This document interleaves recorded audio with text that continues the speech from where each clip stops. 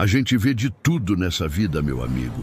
Cadáver fresco, corpo antigo, uns que dão pena, outros que dão nojo. Mas o que aconteceu com Dona Faustina? Ah, Dona Faustina. Aquilo me tirou o sono por meses e olha que sou calejado. Trabalho aqui no cemitério da Consolação há mais de 30 anos. Vi a cidade crescer, a vida passar por mim como um rio. E a morte? A morte é minha companheira mais antiga. As covas, essas sim, guardam segredos que nem a terra ousa revelar. Era uma noite fria de agosto, daquelas que o vento uiva entre os túmulos e parece carregar os sussurros dos mortos. Eu estava de plantão, fazendo minha ronda rotineira. As luzes fracas do cemitério mal iluminavam o caminho e as sombras dançavam, alongando-se e encolhendo-se com a brisa. De repente ouvi um choro baixo, quase inaudível, que parecia vir do setor mais antigo, onde jazem os corpos mais esquecidos. Meu primeiro pensamento foi: deve ser algum parente desolado, desses que vem visitar os entes queridos na calada da noite. Mas algo naquele choro era diferente. Não era um soluço de dor, mas um lamento. Um lamento longo, arrastado, que se erguia e caía como uma canção fúnebre. Fui na direção do som, com o coração batendo forte no peito. À medida que me aproximava, o ar ficava mais denso e o cheiro de terra úmida se misturava a um odor estranho, algo como flores velhas e mofo. O choro parecia vir de uma lápide em particular, uma das mais antigas e deterioradas do cemitério. O nome gravado, quase ilegível pelo tempo, era Faustina da Silva. Cheguei perto. Não havia ninguém ali. Apenas a lápide escura, as eras que a cobriam balançando fracamente com o vento. E o choro continuava. Vinha debaixo da terra. Eu sou um homem de fé. Mas confesso que naquele momento minha fé vacilou. A adrenalina me invadiu e um suor frio escorreu pela minha espinha. Era como se a própria terra estivesse chorando. Peguei minha lanterna, que estava no chão, e iluminei a lápide. Foi então que percebi algo perturbador. A terra em volta da sepultura de Dona Faustina estava ligeiramente mexida, como se alguém tivesse cavado ali recentemente. Mas ninguém havia sido enterrado naquele jazigo nos últimos 50 anos que eu saiba. De repente o choro parou. Um silêncio sepulcral desceu sobre o cemitério, um silêncio que era quase tão aterrorizante quanto o lamento. Minha mente gritava para eu correr, para ir embora dali o mais rápido possível. Mas a curiosidade, essa maldita curiosidade, me prendeu. Eu sabia que, por protocolo, qualquer anomalia no cemitério deveria ser investigada. E aquilo, definitivamente, era uma anomalia. Com as mãos trêmulas, peguei a pá que sempre levo comigo e comecei a cavar. A terra estava macia, úmida e saía facilmente. A cada pá de terra que eu removia, sentia um calafrio percorrer meu corpo. A sensação de que eu não estava sozinho se intensificava. Após alguns minutos, a pá bateu em algo sólido. Era a tampa do caixão. O coração disparou.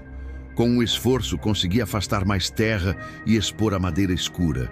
E o cheiro de morte antiga, de carne em decomposição, invadiu minhas narinas, me fazendo recuar um passo. Eu hesitei. Por que eu estava fazendo aquilo? O que eu esperava encontrar? Mas algo me impulsionava a continuar. Talvez fosse a necessidade de dar um fim àquele mistério, de entender o que estava acontecendo. Com a lanterna apontada para o caixão, forcei a tampa.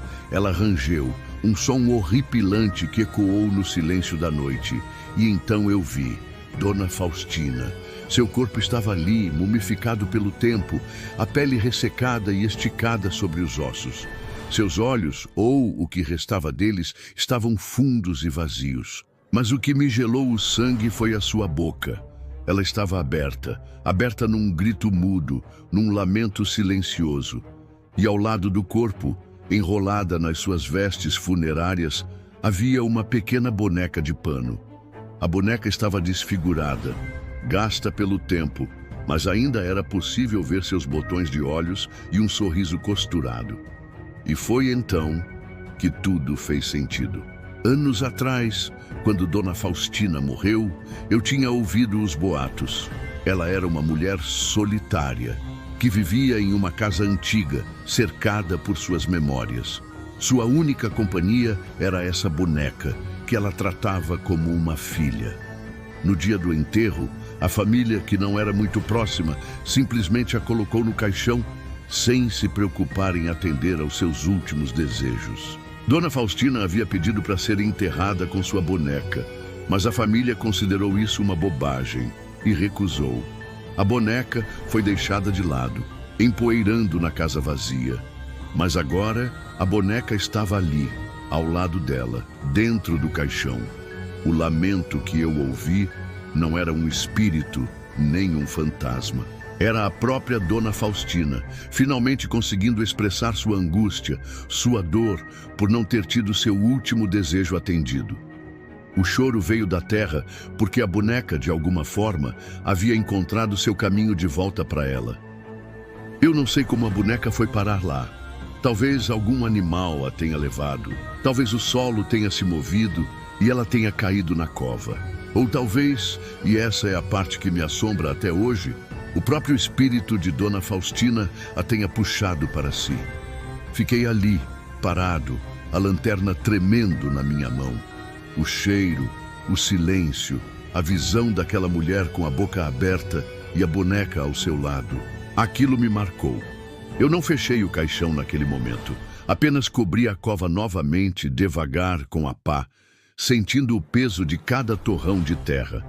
Senti que, de alguma forma, o desejo de Dona Faustina havia sido finalmente realizado e ela poderia descansar em paz. Desde então, nunca mais ouvi o choro vindo da cova dela. Mas cada vez que passo perto do túmulo de Dona Faustina, um arrepio me percorre. E eu me lembro que, mesmo depois da morte, há desejos que persistem, e que o lamento de uma alma pode ecoar através da terra, esperando por sua quietude final. A morte tem seus mistérios, e eu sou apenas um coveiro, testemunha silenciosa de alguns deles.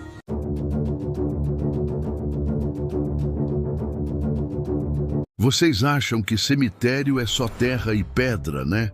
Pois eu digo que é mais que isso. É história, é memória, é lamento e, às vezes, é pesadelo. Depois de mais de 30 anos cavando buracos para os mortos, a gente aprende que a linha entre o que é visível e o que não é, essa linha é muito tênue. Aconteceu há uns 10 anos, talvez mais, no auge de uma onda de calor que parecia queimar até a alma. O sol batia impiedoso nas lápides e o ar parado cheirava a flores murchas e poeira. Eu estava trabalhando numa área nova do cemitério, abrindo covas para os recém-chegados. Um trabalho rotineiro, suado, mas sem surpresas. Até aquele dia, tínhamos que desocupar uns jazigos antigos para dar lugar a novos enterros. Era um processo delicado, pois muitas vezes os restos mortais já estão bem deteriorados. E o respeito é fundamental. Um dos jazigos que me foi atribuído era de uma família que, pelo que se sabia, havia desaparecido sem deixar rastro, sem herdeiros. O túmulo, um mausoléu simples de pedra, estava há décadas abandonado. Comecei a trabalhar no interior do mausoléu. O cheiro lá dentro era abafado, mofado, com um toque doce e nauseabundo de decomposição antiga. As caixas de zinco, onde os ossos eram guardados após o processo de exumação, estavam alinhadas nas prateleiras de mármore, cobertas por uma camada espessa de poeira. Meu trabalho era remover essas caixas, uma por uma, para que pudéssemos limpar e reutilizar o espaço. Peguei a primeira caixa. Era pesada, o metal enferrujado rangendo sob minhas mãos. Ao levantá-la, senti um leve desequilíbrio, como se o conteúdo lá dentro tivesse se movido. Achei estranho, mas não dei muita bola. Coloquei-a no chão com cuidado e fui pegar a próxima. Foi na terceira caixa que a coisa começou a ficar estranha de verdade. Ao tentar levantá-la, senti uma resistência. Não era o peso, mas algo mais. Elástico, como se houvesse algo prendendo-a à prateleira. Forcei um pouco mais e então ouvi. Um som baixo, arrastado, como se algo estivesse se desprendendo, e um rangido seco. Abaixei a caixa. Olhei para dentro dela, através de uma fresta enferrujada na tampa. Não consegui ver nada claro, apenas escuridão, mas a sensação de algo se movendo lá dentro era inegável. Senti um arrepio na espinha. Deve ser o zinco se deslocando, pensei, tentando me convencer. Mas a verdade é que meu coração já estava acelerado. Resolvi abrir a tampa de uma vez para ver o que era. Com um alicate, desentortei as travas enferrujadas e levantei a tampa. O que vi lá dentro? Ah, meu amigo, eu não desejo isso a ninguém. Não eram apenas ossos dispostos de forma organizada como deveriam estar. Os ossos estavam entrelaçados. Fêmures cruzados com tíbias, costelas envolvendo vértebras, tudo em uma massa caótica, como se tivessem sido jogados ali sem o menor cuidado. E no meio dessa massa, um crânio, virado para mim. Seus buracos oculares vazios pareciam me encarar, e o mais aterrorizante, a mandíbula estava desencaixada, pendurada, dando a impressão de um sorriso distorcido e macabro. Dei um pulo para trás, quase derrubando a caixa. Um suor frio escorreu pelo meu rosto. Isso não é possível, eu murmurava para mim mesmo. Alguém deve ter feito uma brincadeira de mau gosto. Mas quem? O jazigo estava trancado há décadas. Ainda atordoado, dei uma olhada nas outras caixas. Uma por uma, eu as abri. E em cada uma delas, o mesmo cenário. Ossos entrelaçados em posições impossíveis. Crânios virados para a abertura. Alguns com as mandíbulas penduradas em um sorriso grotesco. Era como se, dentro de cada caixa, os esqueletos tivessem se movido, se contorcido. O ar no mausoléu ficou pesado, opressivo. Eu podia jurar que ouvia um sussurro baixo, quase inaudível, vindo de cada caixa aberta. Era como uma respiração fria que roçava minha pele. Meus pelos do braço se arrepiaram. Fechei todas as tampas das caixas às pressas, o coração batendo descompassado. Minhas mãos tremiam tanto que mal conseguia segurar as ferramentas. Eu precisava sair dali. Mas quando tentei sair do mausoléu, a porta, ela estava trancada. Eu tinha certeza de que a havia deixado destrancada. Eu sempre deixo para o ar circular. Forcei a maçaneta, mas ela não cedia. Um pânico gelado começou a me dominar. Foi então que ouvi novamente, não um sussurro, mas um rangido. Um som seco, como ossos se friccionando uns contra os outros. E vinha de dentro das caixas. Olhei para as prateleiras. No meio do silêncio ensurdecedor, eu podia ver pequenos movimentos, um osso que se movia 1 milímetro, um crânio que parecia inclinar a cabeça. Era como se estivessem dançando. Uma dança lenta, silenciosa, mas inegavelmente presente. Eu estava preso ali, com uma orquestra de ossos se movendo dentro das caixas.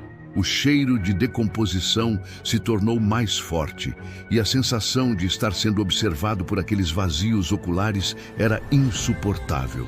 Gritei. Gritei com toda a força dos meus pulmões, um grito primal que ecoou nas paredes de pedra do mausoléu. E então, com um estalo alto, a porta se abriu. Não havia ninguém lá fora. Apenas o sol forte do lado de fora, a grama verde e o silêncio do cemitério. Eu saí correndo, sem olhar para trás, sem me importar com as ferramentas que deixei para trás, com as caixas abertas. Corri até o portão principal, onde encontrei meu colega, o João, que me olhava com estranheza. "O que foi, Zé? Você está branco como um defunto", ele disse. Eu não consegui falar. Apenas apontei para o mausoléu. Ele foi lá verificar, achando que eu tinha visto algum rato grande ou algo assim. Voltou minutos depois, com uma expressão confusa. "Não tem nada de errado lá, Zé. As caixas estão fechadas, tudo no lugar. Você deve ter se assustado com alguma coisa." Eu tentei explicar, mas as palavras não saíam. Como eu explicaria a dança dos ossos, a porta que trancou sozinha, os sussurros? Ele me olhou como se eu tivesse enlouquecido. Nunca mais entrei naquele mausoléu sozinho. Pedi para ser transferido para outra ala do cemitério e até hoje evito passar perto daquele jazigo. Eu sei o que vi, eu sei o que ouvi. E mesmo que ninguém mais acredite, a lembrança daqueles ossos se contorcendo, daqueles crânios me encarando com seus sorrisos vazios. Ah, meu amigo, aquilo me persegue nos pesadelos até hoje. E é por isso que digo, o cemitério não é só terra e pedra, é um lugar onde o que já foi às vezes se recusa a ficar completamente parado.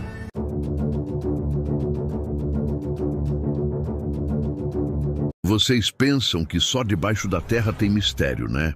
Engano. Às vezes, o que te assombra não é o que está enterrado, mas o que foi esquecido. Aqui no cemitério da saudade, onde as árvores centenárias parecem sussurrar segredos antigos, a gente vê de tudo. Mas o caso do Dr. Valério... esse me fez questionar o que é vida e o que é morte de um jeito que nunca imaginei. Era um final de tarde de primavera, daqueles em que o céu ainda está claro, mas as sombras já começam a se esticar, preparando a chegada da noite. Eu estava limpando as ferramentas no meu galpão, aquele cantinho abafado e cheirando a terra molhada que chamo de escritório. Já ia fechar o expediente quando o chefe, o seu Armando, veio correndo, esbaforido. Zé, preciso de você agora, urgente! Ele mal conseguia respirar. O que foi, seu Armando? Algum defunto ressuscitou? Brinquei, mas a cara dele não era de brincadeira. Não, pior, é o mausoléu do Dr. Valério. Alguém arrombou e tem algo estranho lá dentro. O mausoléu do Dr. Valério era uma construção imponente, feita de mármore escuro, com esculturas de anjos e uma porta de bronze maciça. Valério era um médico famoso, desses que salvam vidas, mas que também tinham uma reputação de excêntricos. Morreu há uns 40 anos, sem família próxima, e o mausoléu ficou lá, intocado, visitado apenas pela poeira e pelo tempo. Chegamos lá e a porta de bronze estava escancarada, rangendo com o vento. Um ar gelado e pesado veio de dentro, mesmo com o calor da primavera. O seu Armando hesitou na entrada, e eu, acostumado a lidar com o macabro, fui na frente. O interior era uma única sala, grande e circular, com nichos nas paredes onde caixões e urnas deveriam ser guardados. Mas não havia caixões visíveis. No centro havia uma espécie de mesa de mármore, parecida com uma mesa de autópsia, e sobre ela, coberto por um lençol velho e empoeirado, havia um volume indefinido. E o cheiro, um cheiro metálico, de ferrugem velha e algo mais. Algo doce e nauseabundo que me fez sentir um nó no estômago. Quem faria isso? O que tem aí, Zé? Seu Armando perguntou a voz trêmula. Tirei o lençol. Meu coração deu um salto e quase saiu pela boca. Não era um corpo, era uma máquina. Uma coisa grande, complexa, feita de cobre enferrujado, tubos de vidro e engrenagens. Parecia um motor, mas com um formato orgânico, quase como um coração gigante, com fios finos se estendendo como veias. Havia líquidos escuros dentro dos tubos de vidro, borbulhando levemente. E no topo dessa máquina, encaixada em uma espécie de berço de metal, estava uma cabeça. A cabeça do Dr. Valério. Não era um crânio. Era a cabeça mumificada, a pele escura e ressecada, os olhos fundos e sem vida. Parecia que ele estava dormindo, ou talvez pensando. E a máquina estava ligada. Um zumbido baixo, quase inaudível, vinha dela, acompanhado de um leve tremor. Seu Armando gritou e cambaleou para trás. Eu fiquei paralisado. A lenda dizia que Dr. Valério era obcecado por encontrar a chave da vida eterna, que ele fazia experimentos bizarros em sua casa. Mas isso era diferente de qualquer lenda. Aquilo parecia uma tentativa de manter a consciência, de manter o cérebro funcionando mesmo após a morte. De repente, o zumbido da máquina aumentou, e as luzes do mausoléu, que eram alimentadas por um gerador externo, piscaram. Os líquidos nos tubos começaram a borbulhar mais intensamente. E então, um som, um gemido, Um gemido baixo, arrastado, que vinha da cabeça do Dr. Valério. Não era um gemido de dor, mas de esforço. Como se a própria máquina estivesse tentando falar, ou melhor, como se o que restava do Dr. Valério estivesse tentando se comunicar através dela. Eu dei um passo para trás, tropeçando em minhas próprias pernas. A visão daquela cabeça, com os olhos fechados e a máquina zumbindo, me aterrorizou mais do que qualquer fantasma que eu já tivesse visto. Aquilo era algo antinatural. Uma tentativa desesperada de enganar a morte. O gemido se tornou mais forte, mais insistente. Era um lamento contínuo, uma nota grave que preenchia o mausoléu. E então, em meio ao lamento, a máquina começou a soltar fumaça. Uma fumaça densa e esverdeada, que cheirava a produtos químicos e morte. O seu Armando, que já tinha se recuperado do choque inicial, gritou: "Zé, desliga essa coisa, antes que exploda." Eu hesitei. Não sabia nem por onde começar. A máquina era um emaranhado de fios e tubos, mas o lamento da cabeça era tão desesperado, tão agoniante, que me impulsionou. Procurei desesperadamente por um botão, uma alavanca. Meus dedos escorregavam no cobre úmido. Finalmente, vi um painel lateral com alguns botões e uma alavanca vermelha. Com um fôlego, puxei a alavanca. A máquina fez um barulho horrível, como um engasgo metálico. O zumbido parou abruptamente. O gemido cessou. A fumaça diminuiu e o mausoléu ficou em silêncio. Um silêncio que, paradoxalmente, era quase tão pesado quanto o lamento. A cabeça do Dr. Valério, sem o zumbido da máquina, parecia ainda mais morta.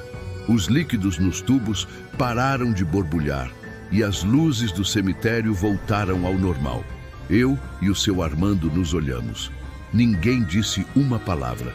Apenas saímos do mausoléu e fechamos a porta de bronze, prendendo a máquina e a cabeça do Dr. Valério lá dentro. Nunca mais falamos sobre o que vimos naquele dia. Depois de um tempo, a polícia veio, investigou o arrombamento, mas não conseguiram explicar a máquina. Oficialmente, disseram que era algum tipo de experimento científico abandonado. Eles removeram a máquina e a cabeça, levaram para análises, mas nunca saiu um laudo conclusivo. Até hoje, quando passo pelo mausoléu do Dr. Valério, sinto um calafrio na espinha. A porta está selada, mas o eco daquele lamento, daquela tentativa desesperada de driblar a morte, ainda me assombra e me faz pensar: o que realmente morre quando o corpo para? E o que talvez continua a clamar no escuro, buscando uma forma de se manter vivo?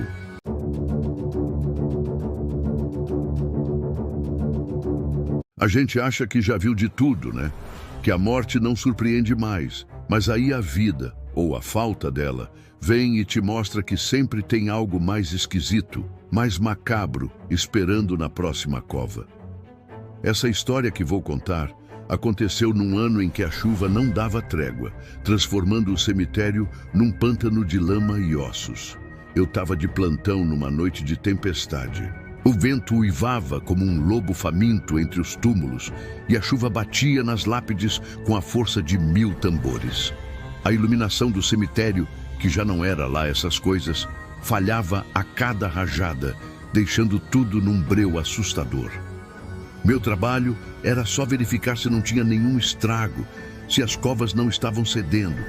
Passei pelo setor das famílias mais ricas, onde os mausoléus parecem casas em miniatura. Era um lugar que eu geralmente evitava em noites assim, porque o eco dos meus próprios passos se multiplicava e a imaginação da gente começa a pregar peças. Mas naquela noite, um barulho me chamou a atenção. Não era do vento, nem da chuva. Era um ranger repetitivo, como se algo estivesse se arrastando. Fui me aproximando devagar, lanterna na mão, coração batendo forte no peito. O barulho vinha de um mausoléu em particular, um bem antigo, de mármore branco já encardido pelo tempo. Era o jazigo da família Vasconcelos. Não me lembro de ter enterrado ninguém de lá nos últimos 20 anos. A porta de bronze, que deveria estar pesadamente fechada, estava entreaberta. E o ranger vinha de lá de dentro. Não era um arrombamento, pelo jeito. Parecia que a porta tinha sido mal fechada. Senti um arrepio. Uma porta de bronze não se abre sozinha numa tempestade daquelas. Empurrei a porta com cuidado e ela rangeu ainda mais, um lamento metálico no meio da tempestade. O cheiro lá dentro era de mofo, de pedra úmida e um perfume estranho, doce e enjoativo, quase floral, mas com um toque de podridão. Iluminei o interior. O mausoléu era escuro, com alguns caixões de mogno alinhados nas prateleiras. O ranger parou. O silêncio que se seguiu foi quase mais apavorante que o barulho, apenas o som da chuva lá fora e o meu próprio fôlego ofegante. Andei um passo para dentro, com a lanterna varrendo o ambiente. E então eu vi. No centro do mausoléu, havia um caixão que não estava em nenhuma prateleira. Era um caixão branco, delicado, com detalhes em dourado, e parecia ser de uma mulher. A tampa estava parcialmente levantada, e uma mão de noiva, pálida e fina, estava pendurada para fora, com um anel reluzindo no dedo. Meus olhos se arregalaram. Uma noiva.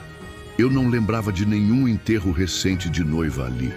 Me aproximei, e o cheiro doce e enjoativo ficou mais forte. A umidade do ar fazia com que o cheiro grudasse na garganta. Com a lanterna apontada, forcei a tampa do caixão para abri-la totalmente. Ela rangeu mais uma vez, expondo o que havia lá dentro. Era uma mulher jovem, vestida em um lindo vestido de noiva branco, agora sujo e amarelado pelo tempo. Seus cabelos, loiros e compridos, estavam espalhados sobre o travesseiro de cetim. Sua pele era de um branco pálido, translúcido, e seus lábios estavam em um sorriso fixo, quase irônico, e o que me fez gelar até os ossos. Seus olhos estavam abertos, completamente abertos, encarando o teto do mausoléu. Mas o mais terrível não era isso. Era o que faltava. A noiva não tinha um dos braços. O que estava pendurado para fora do caixão era o único que restava. O outro, do ombro para baixo, estava ausente. E no lugar onde deveria estar o braço, uma mancha escura, quase negra, manchava o vestido branco. Dei um passo para trás, quase caindo. Meus joelhos tremeram. Não era uma cena de exumação mal feita. Era algo diferente, algo arrancado. De repente, ouvi novamente o ranger. Mas não era da porta. Era um som vindo de dentro do caixão. Um som baixo, sutil, como se o tecido do vestido estivesse se roçando. E então, o que restava do braço da noiva, aquele que ainda estava junto ao corpo, começou a se mover. Lenta, quase imperceptivelmente, a mão se levantou. Os dedos se curvaram, como se estivessem tentando agarrar algo no ar. Um sussurro frio e seco preencheu o mausoléu. Era ininteligível, mas era um sussurro, como se o ar estivesse se movimentando em torno dela, e eu juro que ouvi o nome Paulo. O pânico me atingiu como um raio. Meu coração batia tão forte que achei que ia rasgar meu peito. A noiva, sem um braço, com os olhos abertos e a mão se movendo, murmurando um nome. Eu não pensei. Eu corri. Corri para fora do mausoléu, sem fechar a porta, sem me importar com a chuva que me encharcava. Corri o mais rápido que minhas pernas permitiam, passando pelos túmulos, pelas cruzes, sem olhar para trás. Só parei quando cheguei ao meu galpão, ofegante, tremendo, o suor frio escorrendo pela minha testa. Me tranquei lá dentro, iluminado apenas pela lanterna fraca, e esperei a manhã chegar. No dia seguinte, o seu Armando me encontrou lá dentro, encolhido. Ele achou que eu tinha pegado uma febre por causa da chuva. Eu não contei o que vi. Como eu contaria? Uma noiva sem um braço que se mexia e sussurrava? Ele me internaria num manicômio. Mas a história da noiva mutilada não parou ali. Alguns dias depois, um colega meu, o João, foi ao mausoléu dos Vasconcelos para fazer uma verificação de rotina. Ele voltou pálido, tremendo, e me chamou de lado. "Zé, você não vai acreditar no que eu vi", ele sussurrou. "Naquele mausoléu dos Vasconcelos, O caixão da noiva está aberto. E o braço dela, aquele que estava lá, sumiu. Meu sangue gelou. O outro braço, o único que restava, ninguém nunca conseguiu explicar. A família Vasconcelos já estava extinta. A polícia investigou o arrombamento e o sumiço, mas não encontraram nada. Apenas a lenda começou a se espalhar entre os coveiros mais antigos. A noiva de Paulo, que perdeu um braço no acidente que a matou a caminho do altar e que nunca encontrou descanso. Dizem que ela ainda busca o que lhe foi tirado e que seu lamento pode ser ouvido nas noites de tempestade. Eu, Zé Coveiro, vi com meus próprios olhos. Não sei o que aconteceu com o braço dela, nem o que fez aquela mão se mover. Mas sei que o vazio de um amor perdido e de um corpo incompleto pode assombrar mais do que qualquer fantasma. Eu, meu amigo, juro que ainda ouço o sussurro dela em noites de chuva, chamando por Paulo, ou talvez chamando por seu braço que se foi.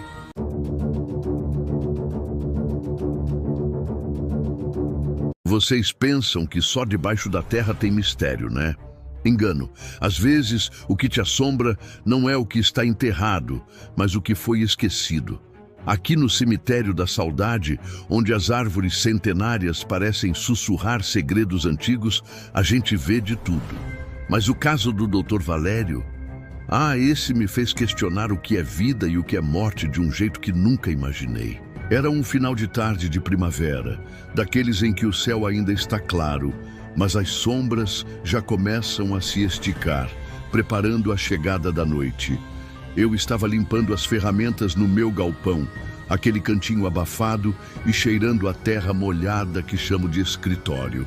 Já ia fechar o expediente quando o chefe, o seu Armando, veio correndo, esbaforido.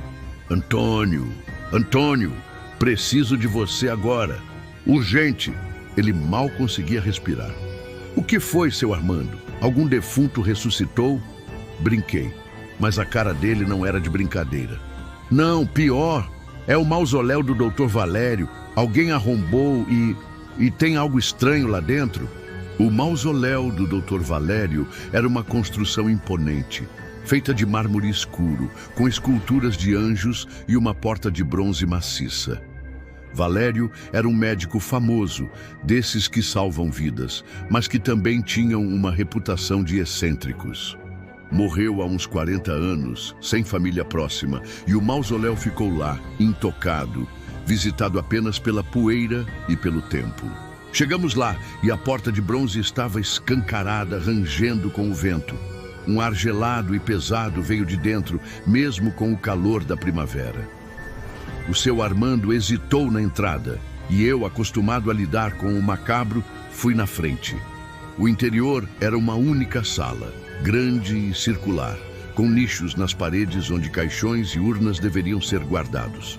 Mas não havia caixões visíveis. No centro, havia uma espécie de mesa de mármore, parecida com uma mesa de autópsia, e sobre ela, coberto por um lençol velho e empoeirado, havia um volume indefinido.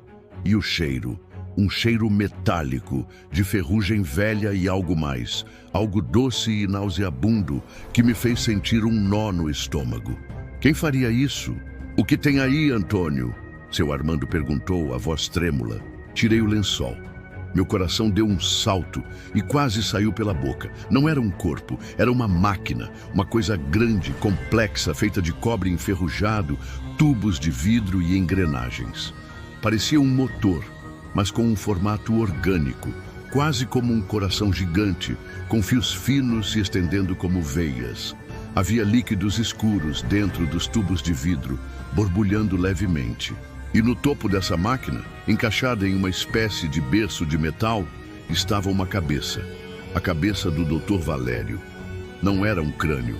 Era a cabeça mumificada, a pele escura e ressecada, os olhos fundos e sem vida. Parecia que ele estava dormindo, ou talvez pensando. E a máquina estava ligada. Um zumbido baixo, quase inaudível, vinha dela, acompanhado de um leve tremor. Seu Armando gritou e cambaleou para trás. Eu fiquei paralisado. A lenda dizia que Dr. Valério era obcecado por encontrar a chave da vida eterna, que ele fazia experimentos bizarros em sua casa. Mas isso era diferente de qualquer lenda. Aquilo parecia uma tentativa de manter a consciência, de manter o cérebro funcionando mesmo após a morte. De repente, o zumbido da máquina aumentou, e as luzes do mausoléu, que eram alimentadas por um gerador externo, piscaram. Os líquidos nos tubos começaram a borbulhar mais intensamente. E então, um som, um gemido baixo, arrastado, que vinha da cabeça do Dr. Valério. Não era um gemido de dor, mas de esforço. Como se a própria máquina estivesse tentando falar, ou melhor, como se o que restava do Dr. Valério estivesse tentando se comunicar através dela. Eu dei um passo para trás, tropeçando em minhas próprias pernas. A visão daquela cabeça, com os olhos fechados e a máquina zumbindo, me aterrorizou mais do que qualquer fantasma que eu já tivesse visto. Aquilo era algo antinatural. Uma tentativa desesperada de enganar a morte. O gemido se tornou mais forte, mais insistente. Era um lamento contínuo, uma nota grave que preenchia o mausoléu. E então, em meio ao lamento, a máquina começou a soltar fumaça. Uma fumaça densa e esverdeada, que cheirava a produtos químicos e morte. O seu Armando, que já tinha se recuperado do choque inicial, gritou: "Antônio, desliga essa coisa antes que exploda." Eu hesitei. Não sabia nem por onde começar. A máquina era um emaranhado de fios e tubos. Mas o lamento da cabeça era tão desesperado, tão agoniante que me impulsionou. Procurei desesperadamente por um botão, uma alavanca. Meus dedos escorregavam no cobre úmido. Finalmente, vi um painel lateral com alguns botões e uma alavanca vermelha. Com um fôlego, puxei a alavanca. A máquina fez um barulho horrível, como um engasgo metálico. O zumbido parou abruptamente. O gemido cessou. A fumaça diminuiu e o mausoléu ficou em silêncio. Um silêncio que, paradoxalmente, era quase tão pesado quanto o lamento. A cabeça do Dr. Valério, sem o zumbido da máquina, parecia ainda mais morta. Os líquidos nos tubos pararam de borbulhar e as luzes do cemitério voltaram ao normal. Eu e o seu Armando nos olhamos. Ninguém disse uma palavra. Apenas saímos do mausoléu e fechamos a porta de bronze, prendendo a máquina e a cabeça do Dr. Valério lá dentro. Nunca mais falamos sobre o que vimos naquele dia. Depois de um tempo, a polícia veio, investigou o arrombamento, mas não conseguiram explicar a máquina. Oficialmente, disseram que era algum tipo de experimento científico abandonado. Eles removeram a máquina e a cabeça, levaram para análises, mas nunca saiu um laudo conclusivo. Até hoje, quando passo pelo mausoléu do Dr. Valério, sinto um calafrio na espinha. A porta está selada, mas o eco daquele lamento, daquela tentativa desesperada de driblar a morte, ainda me assombra e me faz pensar: o que realmente morre quando o corpo para? E o que talvez continua a clamar no escuro, buscando uma forma de se manter vivo?